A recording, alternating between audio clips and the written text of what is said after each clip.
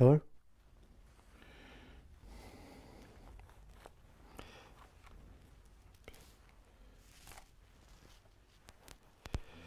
All right, so who's going to help me find the foundation? The three principles of the path.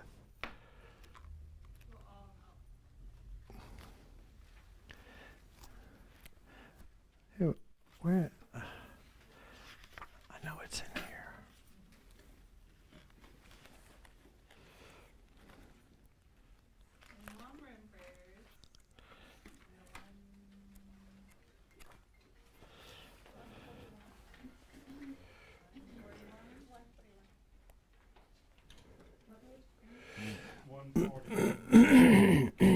Okay. Oh, wait. Did you want the foundation of all good qualities or three principles? No, three principles of the path. 41. Yeah. Excuse me. My daughter's always cough into your elbow.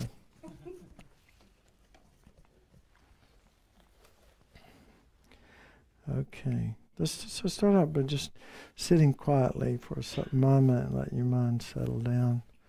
And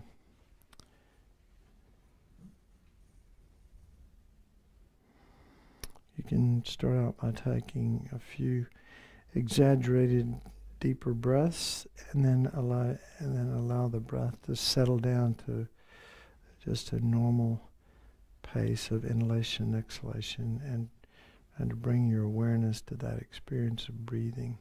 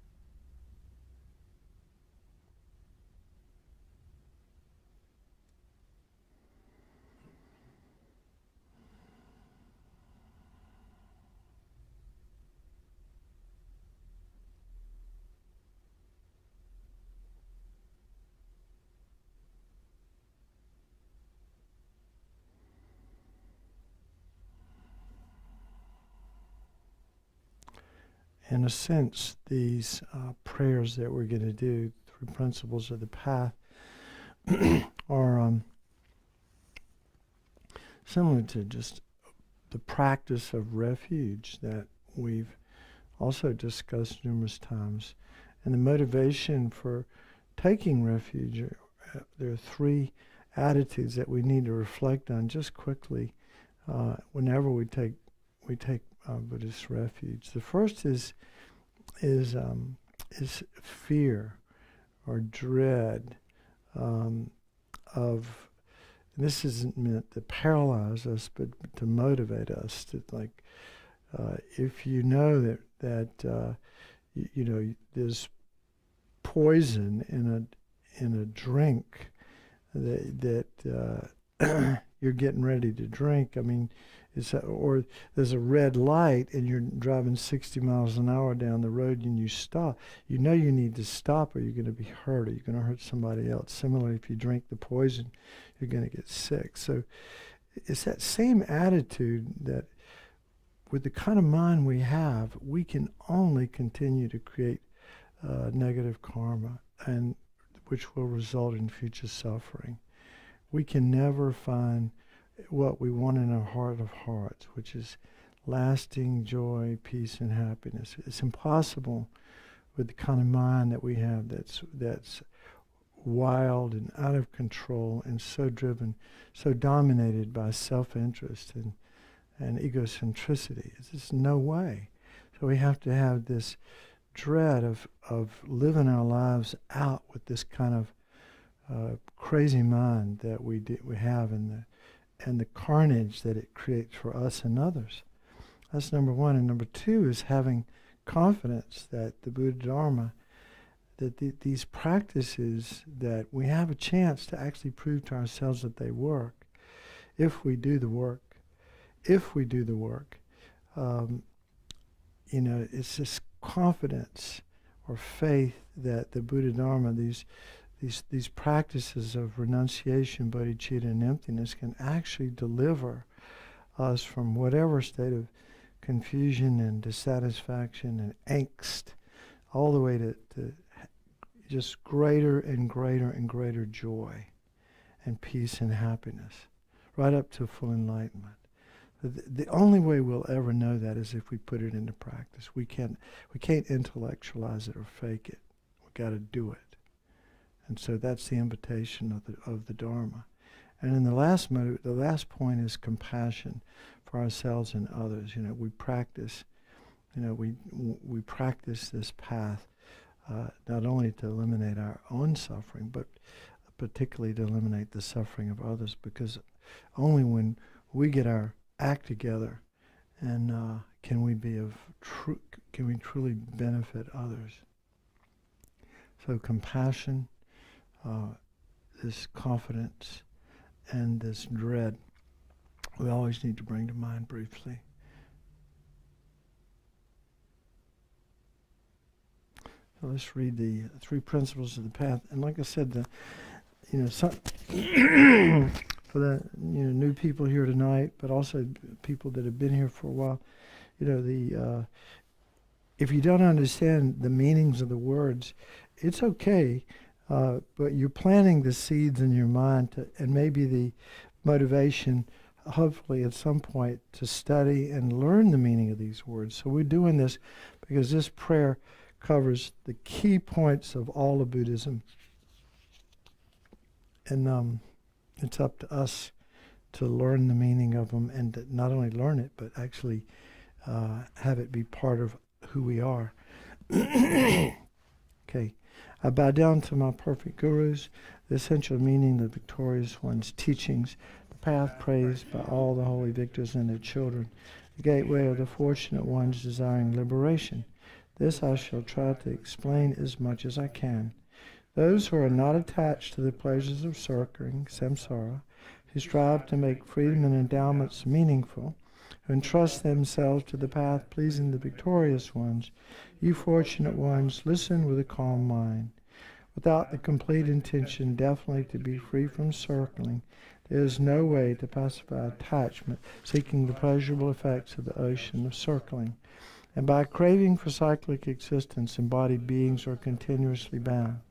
Therefore, at the very beginning, seek renunciation. Freedom and endowments are difficult to find, and life has no time to spare. By gaining familiarity with this, attraction to the appearances of this life is reversed. By thinking over and over again that actions and their effects are unbetraying, and repeatedly contemplating the miseries of cyclic existence, attraction to the appearances of future lives is reversed.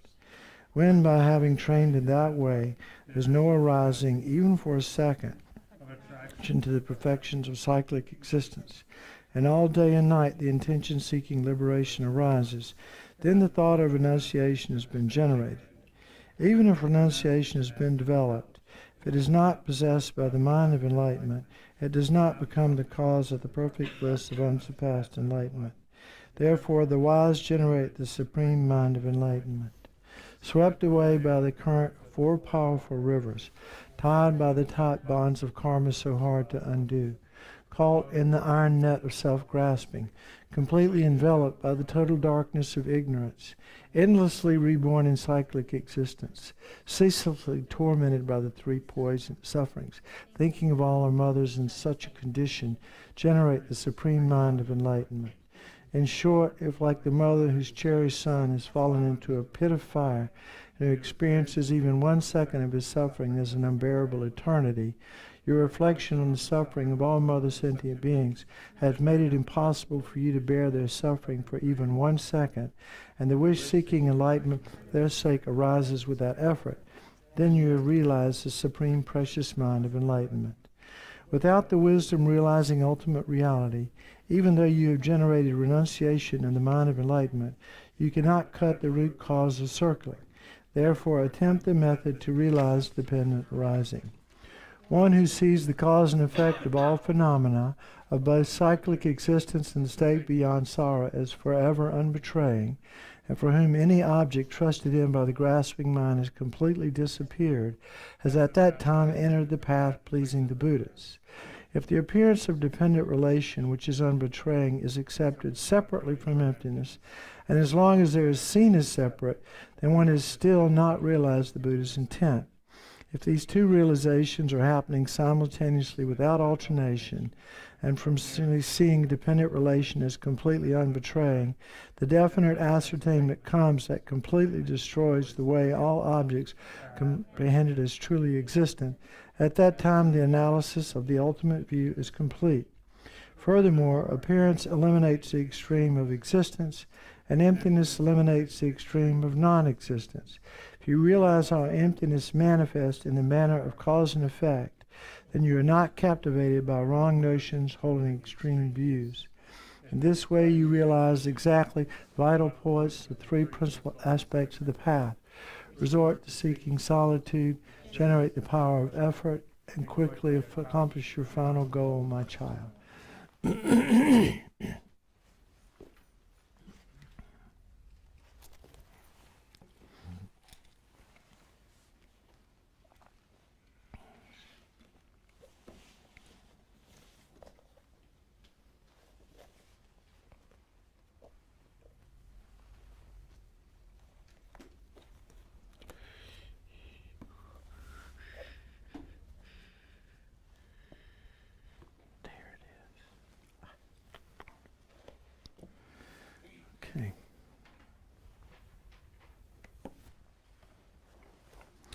So, who knows what the this is a trick question, by the way.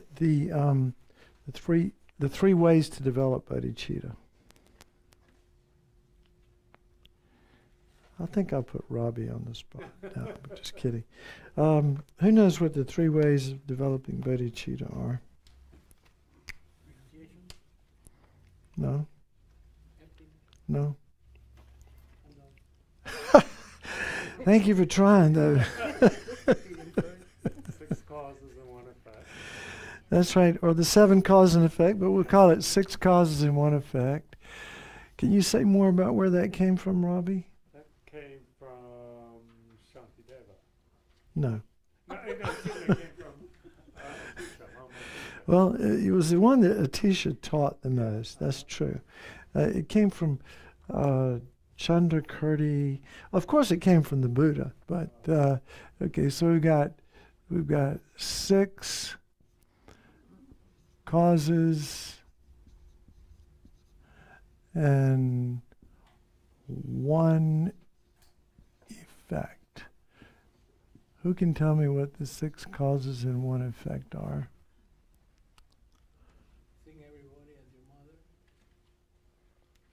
You're jumping into the middle of it. Equanimity, thank you. That's actually sometimes not even considered one of them, but it is. It is one of them. Equanimity.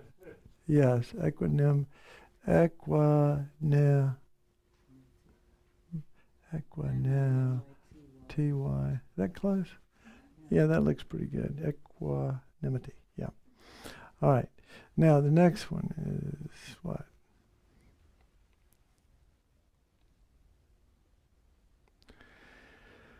Well, I can tell people have been doing their homework.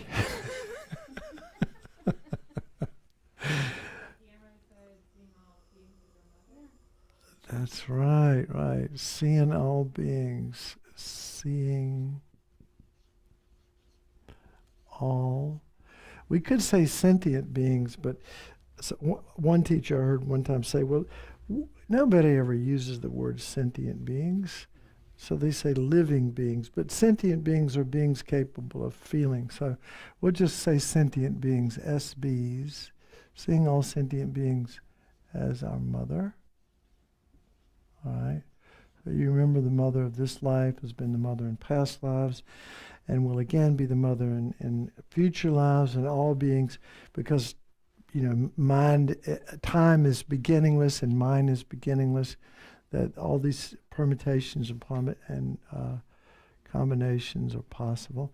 So, all right. Then next one is what? Kindness of mother sentient. Yeah, remembering the kindness of the mother and the mother sentient beings. Remembering kindness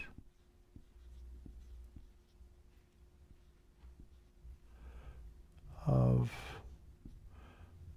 the mother, and then we extrapolate that to all sentient beings because they've all been our mother. But you use the mother of this life. Then, now I can tell you, I have read a bunch of different textbooks on Bodhichitta in the last little while, and the list can change a little bit. So there's some flexibility here, but what's the next one? Pardon? Seeking to repay. Yeah, wishing to repay the kindness.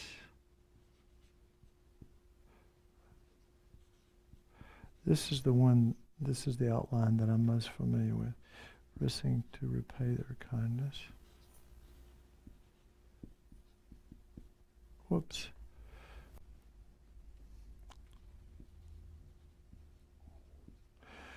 And the next one.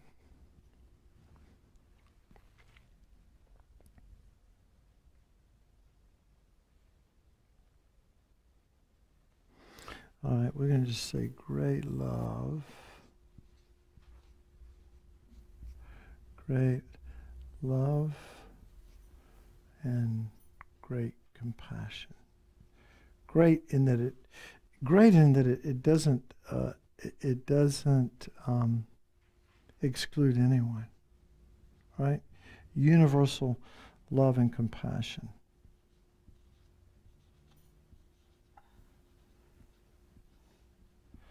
And then the next one is, the next two are the same in both of these different things. What's the next one? Feeling of responsibility for. Yeah, universal responsibility. Yeah, or the supreme wish, like it's like saying, and it's the bodhisattva attitude. It's like I'm personally responsible for the happiness of others, and others is not singular, is it? It's universal. It's like I'm responsible for the happiness of you and you and you and you and you and you, everybody in this room. But you're also responsible for the happiness of everybody in the room, and you're responsible for the happiness of everybody. In other words, and we all, if we all develop bodhicitta, we'd have that attitude of universal responsibility. Can it be done? Not really, because it would have been done if it could be done. I mean, I'm saying it hasn't been. All the Buddhas and there are other beings, many beings have achieved Buddhahood, but none of the Buddhas have actually enlightened everybody. But they have this attitude. So we're going to call it universal responsibility, because that's a common term. Universal responsibility. And then the last one is what? What's the title of this class? Bodhicitta. Bodhicitta. Awakening mind. Awakening mind. Awakening mind. I don't write it, I don't think of it that way, but it is, that's what it means. It means, bodhi means awakening, and mind is citta. So it's the awakening mind. That's pretty cool, isn't it? It's like, this is the mind we need to develop to awaken to our full potential as human beings. Interesting. So, I have a question. Sure. The last comment you made before this one, that Universal responsibility? no, yes. Did you mean like simultaneously of everybody or a lot of people in the world can have that It is possible. universal? It's possible that everybody could Is be. that what you mean? Yeah. Well, no. Universal responsibility is the attitude of one person to develop that attitude. Now, if enough people develop that attitude, then you have a world of bodhisattvas. Right. Or budding bodhisattvas, because they need bodhicitta to be a Okay. bodhisattva. But that attitude, you want to help others. You want to help them in meaningful ways. You want to help them eliminate their faults and develop their good qualities. And you don't want to exclude anybody. And you take personal responsibility for doing that. That's an attitude that these preceding meditations or contemplations would have led to that point of taking universal responsibility for everyone, and responsibility not just for their temporal needs, but for their ultimate needs of, and all the way up to, freedom from suffering and to full enlightenment. So Yes. that's awakening mind. So, that's the universal responsibility. but we're all capable. All sentient beings are capable of developing universal responsibility. Yeah, and the awakening mind. We all have Buddha nature. Right. Yeah. But when you said that it was not possible that everybody had it, you meant like simultaneously. Yeah. Because it hasn't Yeah, happened. everybody eventually Will. could. Well, maybe not, because they're infinite sentient beings. It's kind of a esoteric, point. But but at our level, it's It's good good to think that it won't happen. It's just that in the blue book, yeah. I was just reading, and it says that eventually, reading about, seeing everybody as your mother, there's a little sentence there saying that all sentient beings will be enlightened at some point. Well, I've heard that, but I've also heard things that didn't say that. Oh, okay. Because there's no end to sentient beings. Okay. They're infinite. So there's always going to be one more and one more. Like I said, it's not a problem we have to worry about at this point in our practice, but from a perspective of a bodhisattva, I take personal responsibility for the happiness of all beings throughout space and time. It's my job to liberate them. And then you realize you don't have the ability to do that. We haven't even liberated ourselves. We haven't even developed these qualities ourselves. So then we make this determination to become enlightened in order to do that. Mm-hmm. So the goal is to help others. The method is to awaken, to become a Buddha. Mm-hmm. It's an attitude that a bodhisattva develops, and a bodhisattva has that attitude 24/7. Now, do they, can they do it? They can do it when people are ready. The bodhisattva, the Buddha can bring the food, but if you're not ready to eat it, there are times they even talk about this, and this is the end of this one, by the way. There are times where the Buddha, in this, you might say, universe, in this beginningless time, I don't know how to say beginningless time, but we live in a time there's no beginning. Okay, so they say that there are eons where a Buddha doesn't come because beings aren't ready. There's nobody who can understand the teachings, so the Buddha will not descend and will not teach. But we live in a fortunate eon where a Buddha not only has descended but has taught, and there are people who can understand the teachings, and there are people that have carried the lineage of the teachings up to the present day. So that's the All right for us. what? Just hang on a minute. Let me do this next part. Otherwise, I'm gonna. Yeah. Let me get this. So exchange. Oh, wait a minute. What's the next method of developing bodhicitta? Oh, very good, very good. Exchanging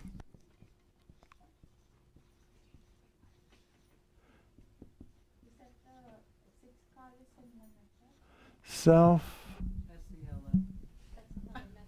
That was number one. This is number two. Exchanging self for others. All right. Now, what are the meditations in that one?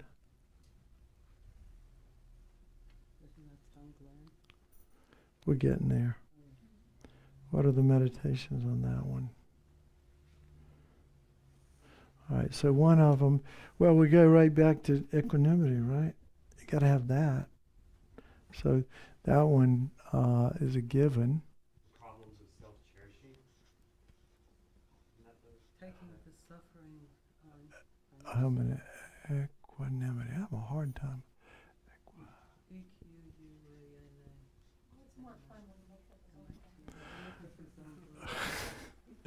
Equanimity. Okay. So what's the first meditation here? Problems of cherishing self. Almost, but no. But there's one before that. Okay. It's called the equality, or equalizing. Yeah. Hope I got this right.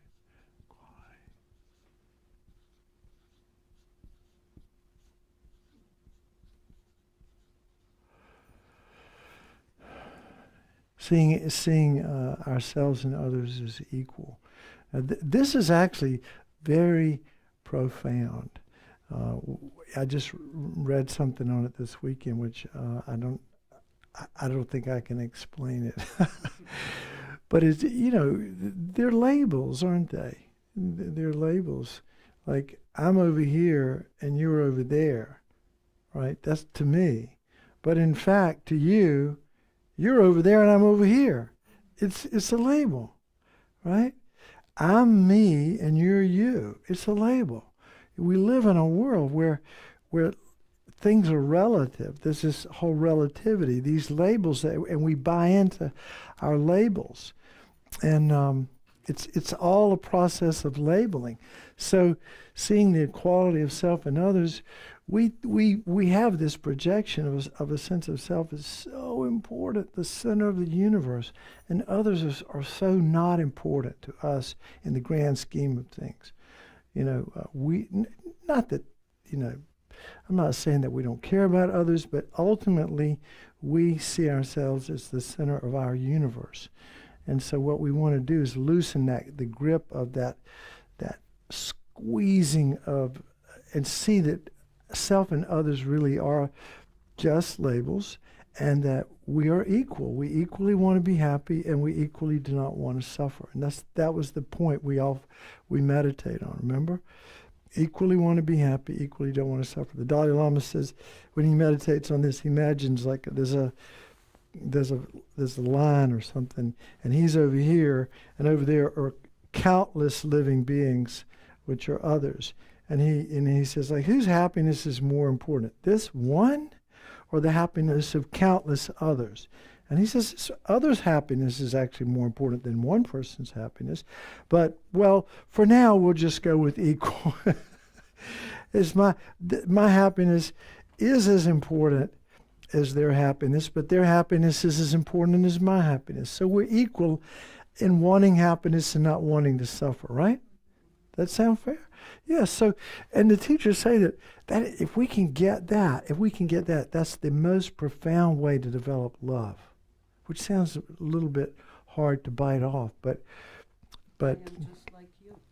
yeah, we look at others, I want to be happy, I don't want to suffer. You want to be happy, we're just alike. So that's kind of cool. So now, once we've done that meditation, then we go to the next one, which is yeah, the faults of self-cherishing. And we're not saying self-cherishing in a good way. We're talking about self-cherishing selfishness, self-cherishing selfishness, egocentricity, and on, everything you can, just being absorbed in our own self-interest. So the faults of that, and there are many, right? All the negative mind states evolve from this. Hatred, killing, stealing, adultery, there's a body, actions of body, of speech, lying, slander, harsh, frivolous speech, and the actions of mind, and there are 84,000 delusions, but greed, hatred, ignorance, pride, jealousy, and on. Everything, all the negative karma. They say all the suffering from the beginning of beginningless time till now is the fault of one demon, self-cherishing. So we don't need that one. And then the great value of the opposite, right? Cherishing others. Lama Zopa says, for happiness, cherish others. Value of cherishing others. Yep. Now, what's next? So value of cherishing others, opposite of self-cherishing. So, it's a little bit hard. You need to think about this. Is it true that if you cherished others, like without any doubt in your mind, it was just so clear that that was where you were coming from, that you would find nothing but joy after joy after joy. Your life would be just completely joyful and would get better and better. Yes. Does that make any sense? Why? Why would that be so? Because I served my mother. I was very happy. Pardon? I took care of my mother and I was very happy because she was totally helpless. All right. Well, the value, so that was one experience where you did something very selfless, cherished your mother, and it made you happy. There's some people that take care of others, though, it doesn't make them happy, right? It burns people out sometimes, right? People that are taking care of their family members that have Alzheimer's disease, or parents that have maybe a child with a permanent disability or whatever. Oh yeah, I'm not saying you don't, but I'm just saying, think about that. The value of cherishing others as the cause of all happiness. That's quite an assertion. I'm not asking people to take it on. Anybody got any evidence? It's because by serving others. 1 minute. Take the microphone. Thank you, sir.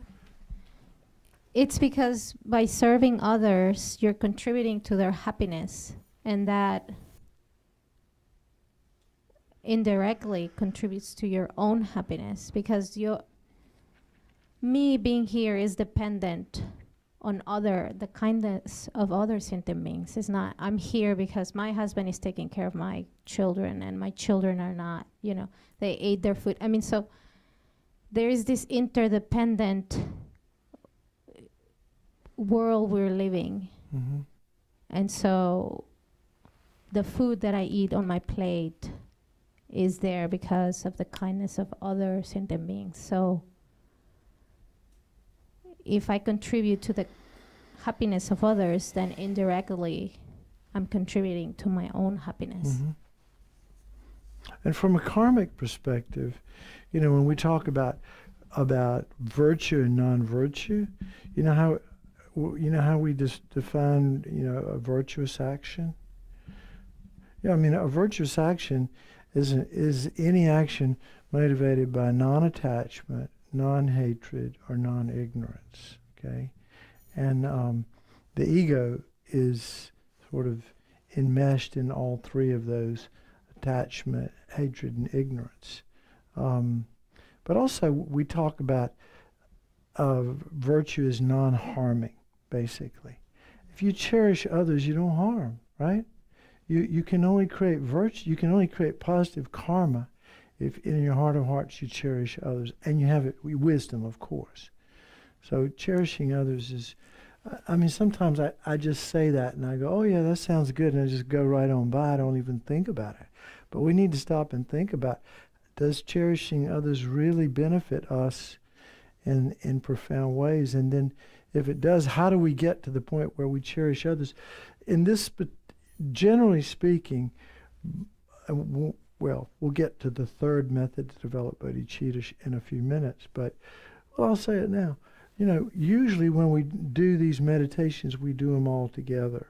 And so you've already done the part of the sixth cause and effect, and you've done part of this exchanging self with others.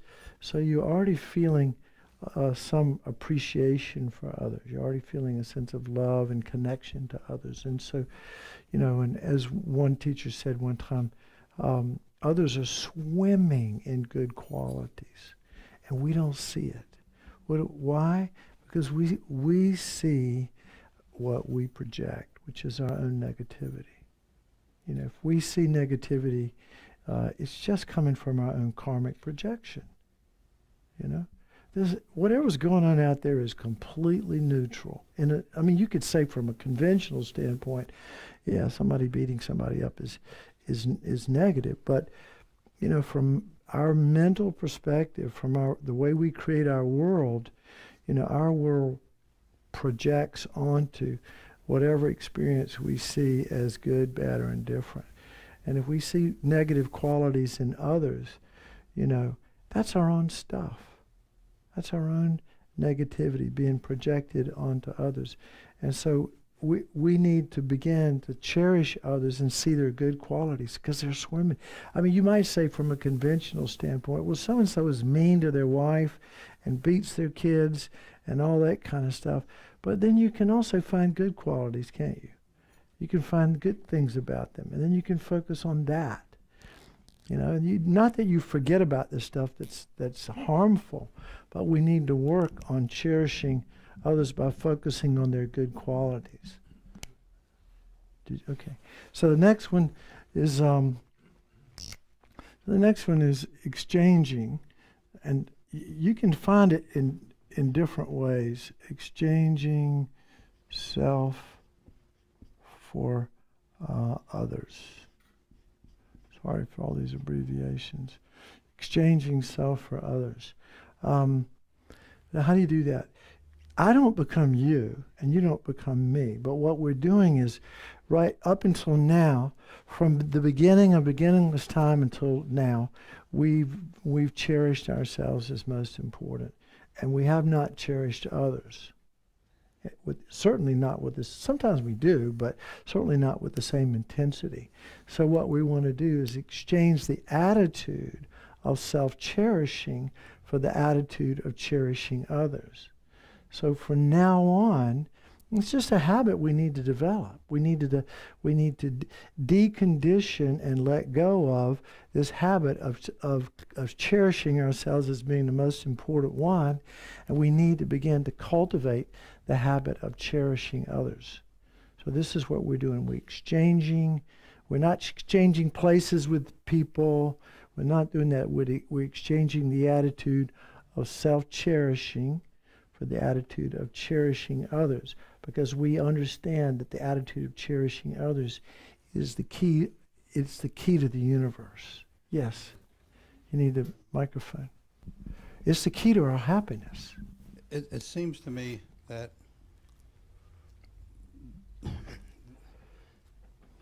we can't cherish others until we cherish ourselves. I think what we cherish is our attachments. We don't cherish ourselves as the wonder of being a human being at this point in time, the wonder of it all. We cherish our attachments. So when we're carrying all that nonsense of cherishing our attachments, then we're looking through that lens and projecting that on everybody else, because if I'm all about my attachments, they're probably all about their attachments. Mm-hmm. I think it is, it hits me at some level. Right. That it is interchangeable. If I really cherish myself for the absolutely wonder of being here at this point in time, why wouldn't I cherish you for the absolute wonder of you being here at this point in time? and us being here with each other. Yeah, I mean, I Is hear that- what you're saying. I that- think you can. I think that's a big part of it is to get into that point. But I will say this: that I think that we do cherish our attachments, but underneath that is self-cherishing, self-cherishing ignorance, which basically means that we project a false sense of self, and we cherish it, we cling to it. It's called eye-grasping or self-grasping ignorance. And that's the thing that leads to attachment, because we have this inflated, reified sense of self that, of course, if somebody insults me, it rises up like Mount Vesuvius or whatever. And, it's that false sense of I that's the problem. All right. I hadn't thought of that ignorance being underlying the attachments. I thought the attachments.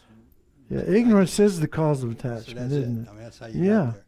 And then the last one here is Tong Lin. Okay, now Tong Lin, which means Tong means giving. I've been told, and Lin means taking.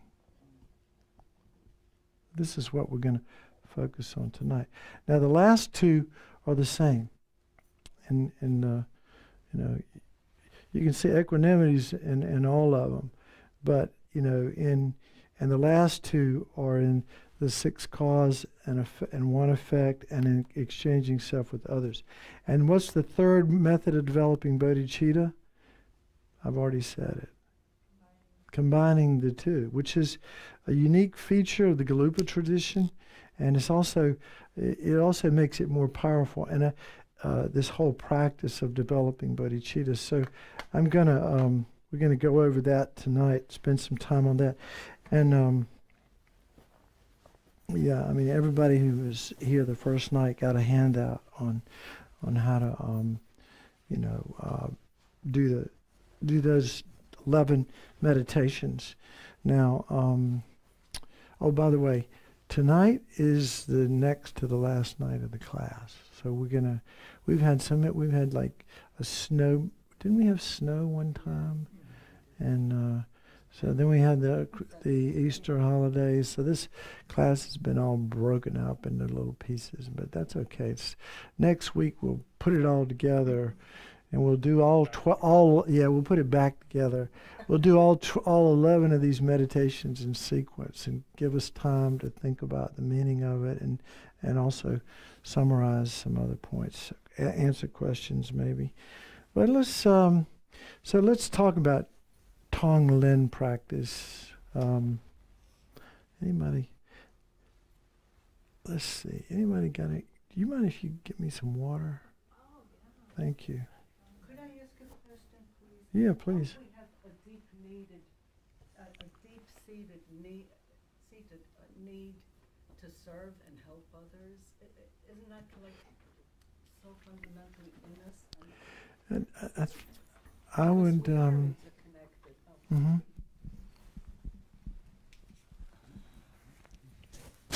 Say it again for the. Don't we have a deep-seated need? Because we are so intricately interdependently connected to help others, to kind of comprehend that they are suffering. And we want to help them. What do you think? But not everybody. Yes, some people do and some don't. Yeah. So it's not awakened, and people aren't. Some people are stirred up to help, and it bothers them, and others are not. So it's a matter of bodhicitta development. Yeah. So we have to develop bodhicitta for ourselves to begin with, right? For Yeah. ourselves. We've got the work to do on ourselves. But yeah, there's a deep. I think there's. We all have the potential to develop bodhicitta and to become enlightened, but not everybody has any interest in it. Yeah. It's like. And we don't have I don't don't think we want to help everybody. I think we're kind of Yes. selective right now. Select. It's not universal. Yeah, who Yeah. we like and who we don't like. Yeah. Yes. My view that helping is always an exchange. It's more of an exchange for most people, and altruistic helping is something that's very special. You know, if I'm going to help you, it's Thank because you. I want something out of it. I'm not saying this is good or bad, or I'm just saying this is my observation in life. And we are so mired by gain in our society, in our world, that to help somebody, there has to be something coming back your way. And what I'm hearing up here is we need to make this our mind, to make our actions in the form of giving, without any expectations coming back, except Mhm. maybe a little bit of karma coin in my piggy bank, you know. But Yeah, I mean, we understand karma. This is actually a very good point. I mean, and there's nothing wrong with wanting to create merit as much as possible, right? We know that the happiness is virtue, is meritorious actions of body, speech, and mind. So a bodhisattva, or a being who's bodhisattva in particular, but anyway, those of us along this so-called path of accumulation, our job is to accumulate these seeds of virtue as much as possible. So, you know, acts of kindness, acts of generosity, smiling, saying kind words, making donations to worthy causes, and so on and so forth. I mean, there's so many ways where we're constantly looking for chances to practice virtue, not for, and understanding that from the perspective of bodhicitta, it's so we can become enlightened and help others. We want to fill up that piggy bank with positive karmic merit, so that we can be a perfect instrument in the service of others. So it's always based on others, as much as possible. Now, truth is, one teacher who I believe this is true, said, we will never do anything purely, altruistic until we've achieved a very high level of realization. There's always going to be a little hook in there, like, I'm going to get something out of this. And so be it. But you know what? We do the best we can. It's okay to give, to the guy sitting down there at the corner of, Wake Forest Road, who's, walking up and down looking for dollars and whatever. It's okay to give him money, knowing that you're going to, is that you? No, I'm just kidding. No, but I mean, it's okay to give understanding that, we get something back. But we're trying to train ourselves to be generous. So we do it. We take every opportunity to be generous. Yeah. So from a philosophical perspective, this is strictly... So this is a question I've heard before. Is it okay, from a karmic perspective, is it okay to do a good deed with a bad motive? In other words, I'm going to help you, but I know I'm going to get some positive karma in my piggy bank. In other words, I'm expecting something when I do a good deed. I'm a little confused with all that. Sorry. Is it okay? Of course. Is it okay for you to do something good for me? From my perspective, sure. But the benefit you get from it totally depends upon your motivation. And you got to be wise about it too. You don't give an alcoholic, a bottle of whiskey necessarily, unless they're going through withdrawal or something. You don't tend to give drug addicts drugs. That wouldn't be a wise act of generosity. So it takes wisdom. That's why, these perfections, the perfection of generosity requires wisdom. And then there was Mother Teresa. Yeah. Is there a bit of ego in that sense of when you do something good, you feel good? I mean, is that proper motivation, that you're not doing it just for that sense, but helping someone, that it actually feels good. Yeah, You're I not mean, they call it expecting the giver's, anything. the giver's high or something. I've heard that term used before. Anybody heard that? Yeah, and and that's perfectly okay. I mean, and that's a lot of times why we do things like that is because it makes us feel good, and that's all right. That's just where we are right now. I think the more selfless we can give, the better we feel about it. And the more we feel like there's a hook there, the less good we feel about it. So, yeah. All right, so let's Tong Lin. Let's change horses here. I wanted to do Tong Lin practice tonight. And so Tong Lin, this is a practice, I've said this before, Easter's come and gone. I guess Jesus was supposed to have died on the cross on Good Friday. And then, oftentimes I've thought about this when I thought about Tong Lin. I thought, at least what they say in the Bible that I remember was that, he's saying, I'm taking on the suffering of all humanity and I'm giving them everlasting life. Brother, is that right? Does that sound right? Sounds like Tong Lin, doesn't it? I'm taking on the suffering of all sentient beings, and which for us is exactly what the ego does not want to do. So it destroys the self-cherishing mind, right? And then we imagine our body filled with light, and we give light to universal living beings. We bestow on them what they want and need. Both temporal and ultimate happiness. And so we can, Tong Lin is about this practice of taking on the suffering of others, and which is the action of compassion, and giving happiness isn't the causes of happiness, which is the definition of love from a Buddhist perspective. So you're practicing being compassionate and loving. Compassionate and loving. I mean, what a cool practice to be able to do all day long. In fact, this is just, so I don't forget to say it, I'm going to say it right now.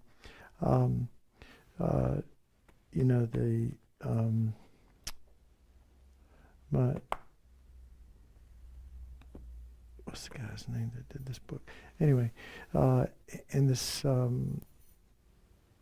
book that I've been reading, Geshe-la said that Ruba Rinpoche, he said that, we spend at least a third, sometimes more, of our lives sleeping, and we're not skillful enough to go into the clear light when we go to sleep and use our time sleeping for meditating in the clear light. Only a few individuals can do that. He said, but the one thing we can do to turn our sleep into virtue is to do Tong Lin. He said to meditate, to think about love and think about compassion, and then practice Tong Lin as we go to sleep.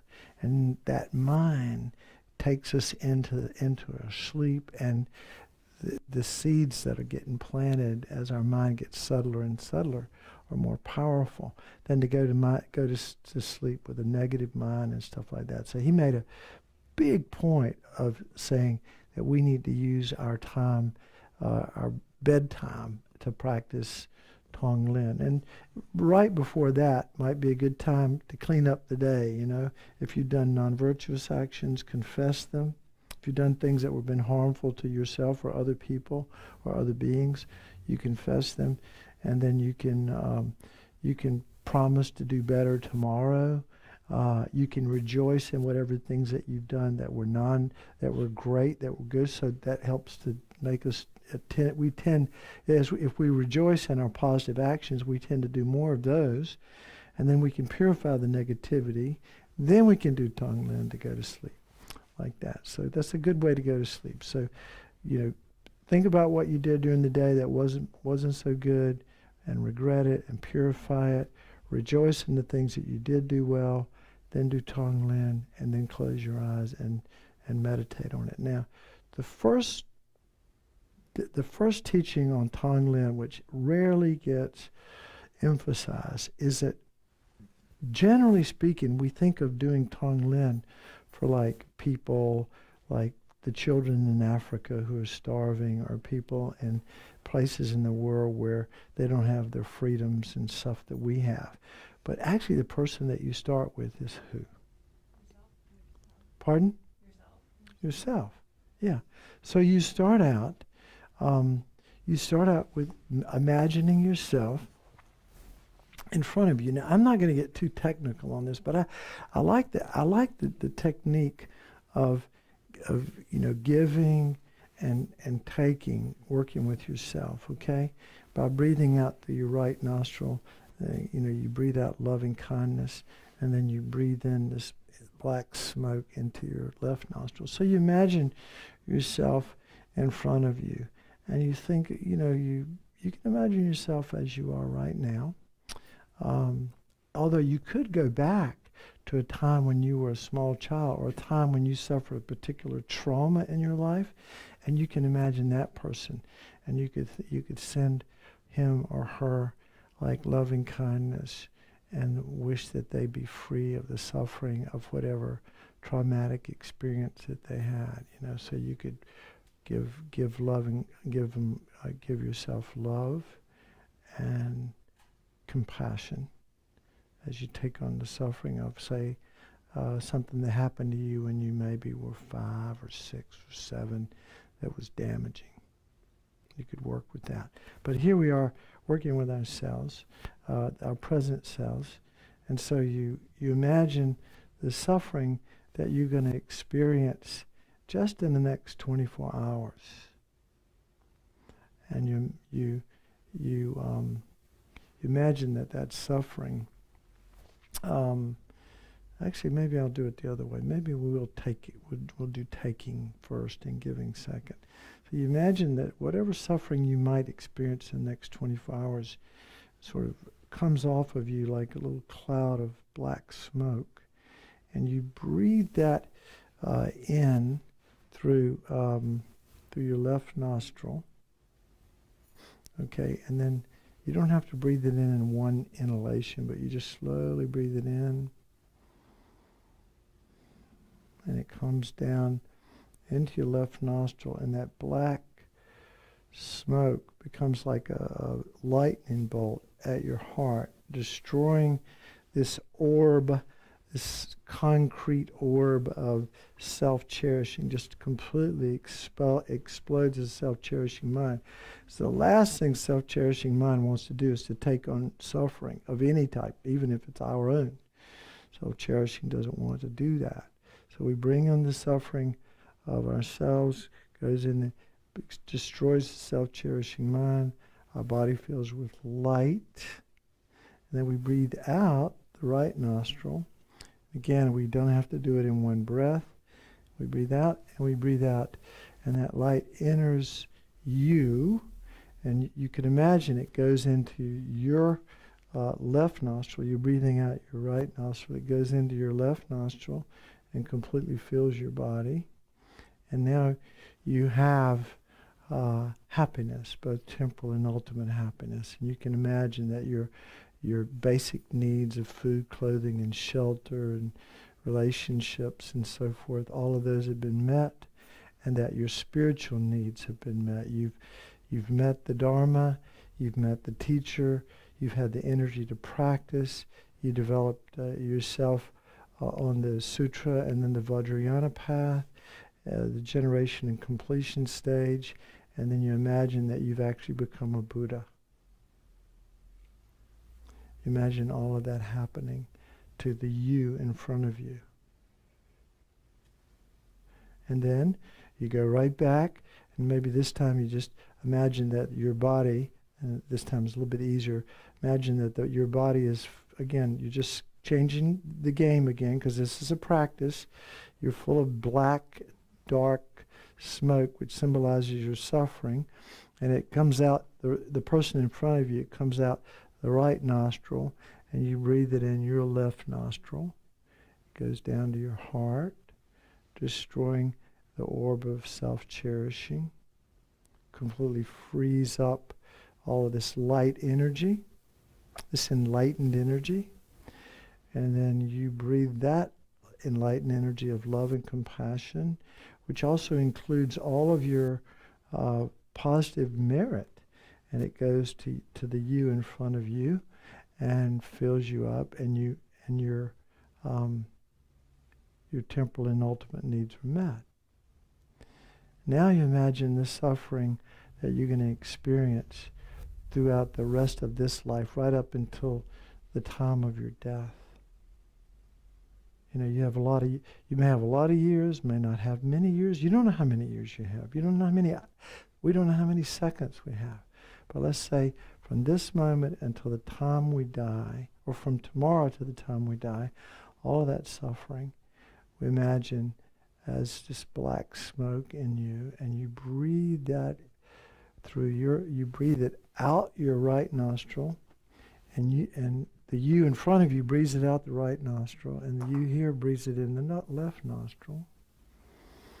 And again, it destroys the orb of self-cherishing. And then that white light of loving kindness goes out to you, alleviating your suffering. Giving you happiness and the causes of happiness. So I'm getting my words mixed up, but you get the point. When you take on the black smoke, that's the action of compassion. You're taking on the suffering of yourself. When you give yourself the white light of loving kindness, you're practicing love for yourself. Now let's imagine all the suffering that we're going to experience in all of our future lives. Not only the immediate next life, but let's just say, countless future lives. Imagine that suffering in your body in front of you. And you take that suffering away from you. You breathe in through your left nostril as you take it out of the right nostril of the you in front of you.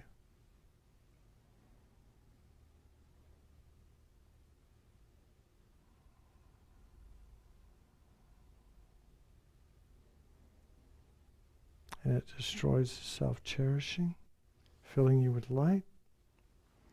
And then you breathe out the right nostril, breathing out happiness and its causes, all of your virtues, all the temporal and ultimate needs that you would ever imagine you could need. So we start out like this with ourselves. We work with, it's interesting that the text says you work from now forward. You don't go backward necessarily, although you can. Like I said, because I've actually done this practice with myself when I was a little boy, when I had some painful memories of some things that happened. And it really was positive for me. But the texts say you work with yourself forward. So you work with the suffering of the next day or the next 12 hours, 24 hours, then the next week or year, then the next 10 years if you want to do that. Then you go to the end of your life, the suffering of your death and what that's like. Then you go the suffering of your future lives, the next future life, and then maybe countless future lives. You can work with it, but the idea is to work with yourself first, starting with the suffering of now and tomorrow and next week, next year, next life, like that. So we do that first. And then we can gradually expand to work with the people that we love. So we start out next with people that we care about. And we're not obviously going to have time to do all of this tonight, but you start out with people that you care about. Maybe pick a couple of those people, and you imagine their suffering, and you take it on. Imagine specific things that they're experiencing, and then you give them happiness and the causes of happiness. If they're having relationship problems, you give them a resolution of their relationship problems, or if they're having financial problems or health problems or whatever it is they're healed of that disease. You've taken the disease away from them into your heart to destroy your self-cherishing, and you've given them, happiness and its causes, temporal and ultimate, like that. Then you work with your friends. Then you can work with strangers. And then eventually, hopefully, we can begin to work with people that we feel some resistance to, some aversion toward. Again, taking on their suffering and bringing that into our heart to destroy our selfishness, and giving them this light of loving kindness and compassion, this white light of love, basically. So we have 10 minutes. Now let's do it with ourselves. That's a good start. I honestly say I can't say I've ever done it very deeply with myself, and now I'm beginning to realize that I may have been doing it wrong. That this is really a good thing to do. Start with yourself. So we'll do that for the next 10 minutes. I'm going to let you. I'm not going to talk anymore. We're going to be quiet and let you do your own thought processes.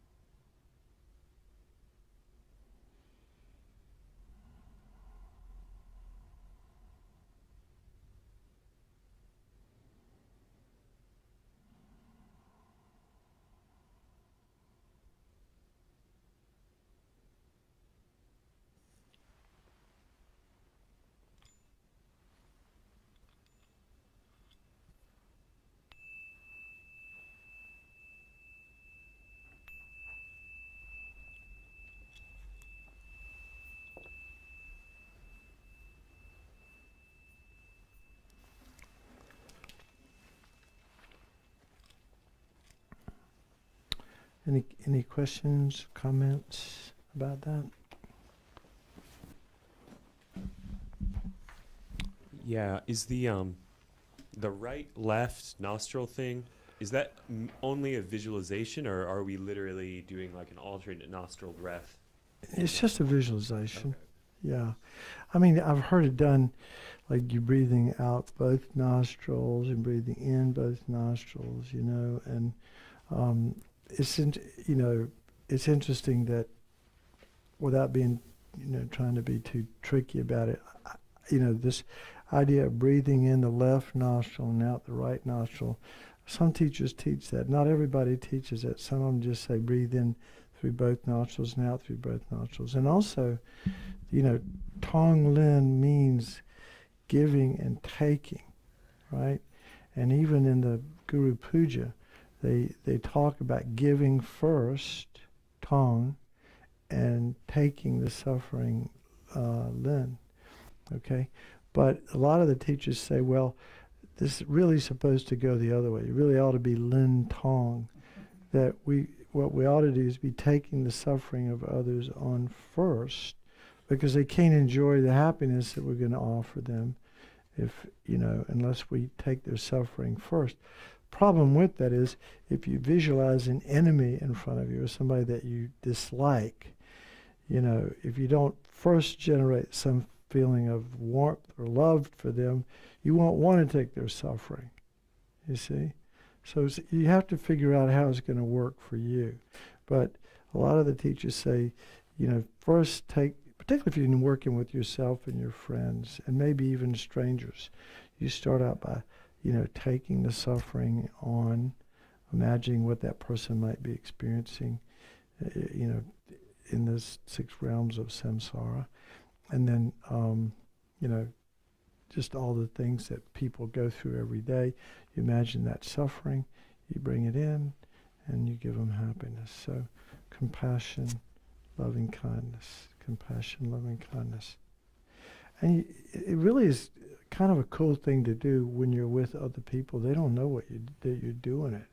But, it really demystifies people. All your projections about people, a lot of them, will fall away when you just think about those two things, compassion and loving kindness, because that's what they want.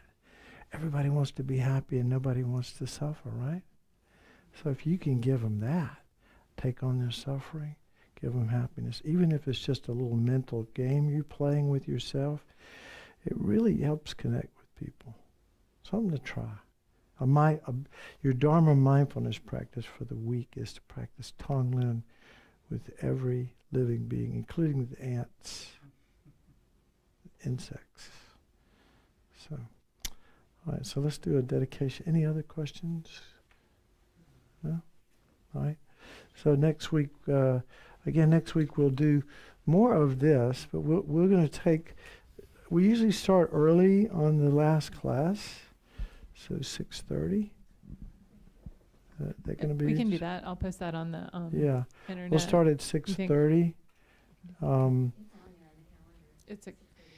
We are we're moving up the last class, so instead of 2 weeks from today, it'll be next week, but we'll make that the start time. Yeah.